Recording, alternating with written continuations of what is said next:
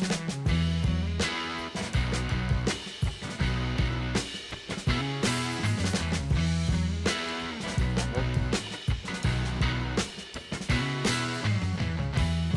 baka.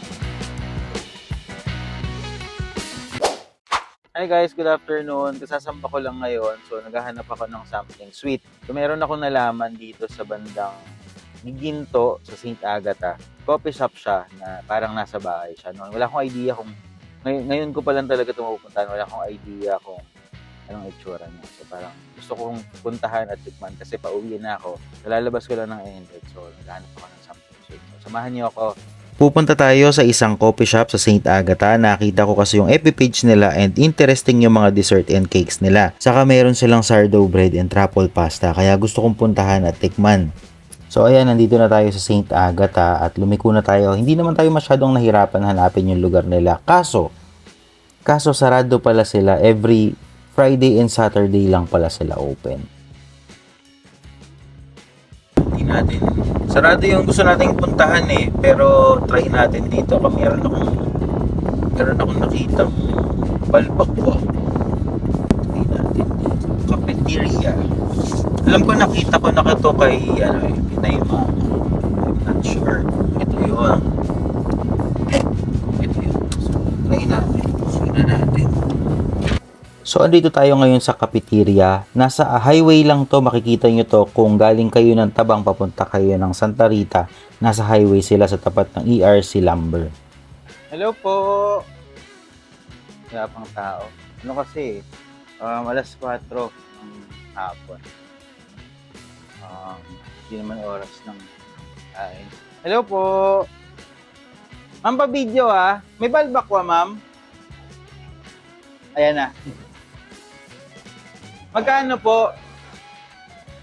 Magkano po ang order? Sige po. Isa nga po.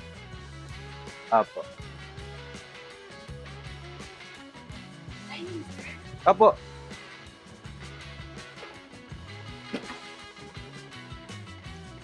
Video po. Pwede po bang, ay, hindi pala. Nagre-reflect eh. Okay lang po. Sige lang po. Para maganda. Yan. Salamat po. Anong oras po kayo nag-o-open? 7 o'clock to... Ang balbakwa ay nagmula sa Spanish word na barbacoa na ang ibig sabihin ay pagluto ng karne sa matagal at mahinang apoy. Kilala ang balbakwa sa Visayas at Mindanao. Ito ay isang masabaw na putahe na ginagamitan ng parte ng baka na maraming collagen katulad ng buntot, balat, tuhod at iba pang mga parte na makapagbibigay ng lapot sa sabaw nito. Minsan ay naihahawig ito sa putsero. Kayo po ang nagluluto niyan, mami?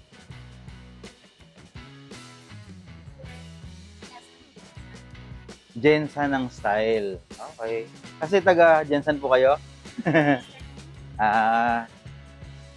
Magkano po yung kalamansi? 40? 40. Pero parang gusto ko mag-soft drinks. Okay. Parang mas type kong mag-soft drinks ngayon. Hindi pa naman po. Nag-start lang po ako last year. Ano lang po eh, parang kagaya ngayon, parang nataon lang, pinuntahan lang ako. Hindi talaga pa career na career. Oo. Okay lang po yan. Tsaka binanggit ko naman po yung oras, alanganin po talaga yung oras. Hindi talaga ito yung oras ng kakain yung tao. Okay lang po yan. Oo, yun nga po eh. Yun po ang maganda. At least mag-isa lang ako.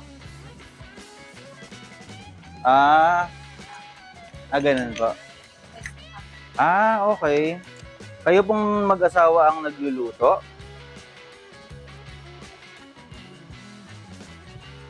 Okay.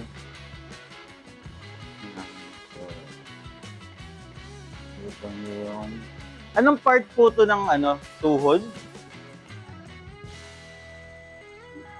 Tunod sa tuhod, yung medyo mas maliit po, Una natin.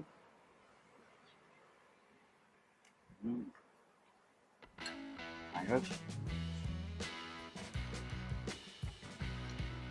Bakang baka. Masarap po, mami. Bakang baka. Okay lang po yun. Mayroon talaga pong oras na hindi matao. Kaya ako naman po talaga, normally, hindi ako sumasabay sa tao. Kasi, minsan, nakakaya pong mag-vlog. Tsaka, minsan hindi ka po kasi makapag-vlog ng maayos pag maraming tao sa resort po. Anong resort po? Saan po banda yun? Parang narinig ko lang.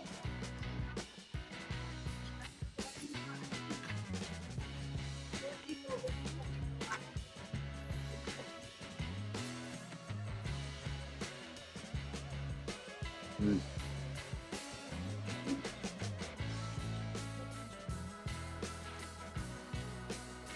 Hmm.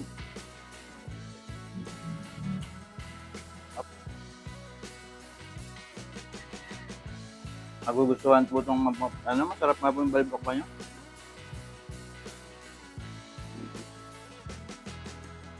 Pero yun nga, dahil nagluluto naman po ako, paminsan-minsan. Pero planong magkaroon ng ganong episodes. Pero lagi pong, mostly po basta tungkol sa pagkain ang content. Ang sarap po ng ano nyo. Mm-hmm. Opo. Para slow cook lang. Saka sa slow cook lang. Kaya malambot po eh. Sarap. Bakit nakakakain naman, pero isa to sa mga nagustuhan ko rin balbakwa. Sarap.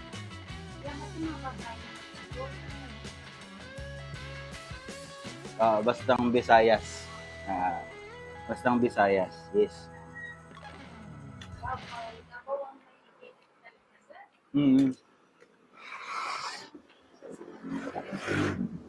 Hindi pa ganong sikat dito eh, no? Pero dito talaga sa atin hindi pa masyado. Kaya nga okay din. At least may bagong... Kasi po, trinay lang namin, sir. Mm. Marami kami talaga bumili ang mga niluto. Ma'am, pahingi pa nga akong kalahati. Pwede bang half price? Oo. Sige pa nga po.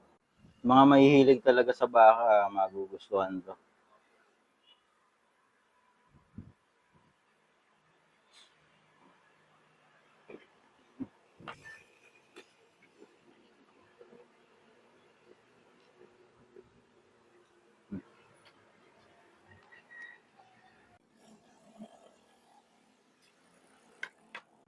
So, gusto ko yung balbakwa nila. Malasa talaga. Hindi shortcut. Talagang niluto to ng matagal. Kasi yung flavor niya, alam mong bakang baka talaga. Yung katas ng baka. Yung parang gelatin ng baka. Ito. Sobrang lambot na.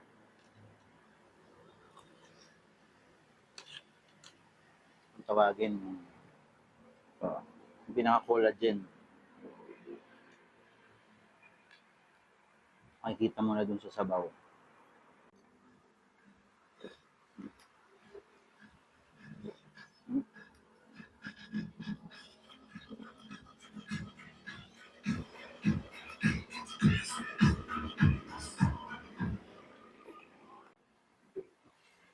Ma'am, magkano sa akin? Sige po. Ma'am, take out nyo pa nga ako po kung isa. Papatikim ko sa biyanan ko. Biyanan ko po kasi mahilig sa baka. Ma'am, magkano na po? Yan, so nagustuhan natin, nag-take out tayo. So try nyo dito, sa balbakwa. Dito sa may... Mami, anong pangalan nito? Cafeteria ang pinakapangalan. Okay. Kung natakam din kayo sa balbakwa, puntahan nyo na dito sa Cafeteria sa Giginto, Bulacan sa tapat sila ng ERC Hardware and Lumber.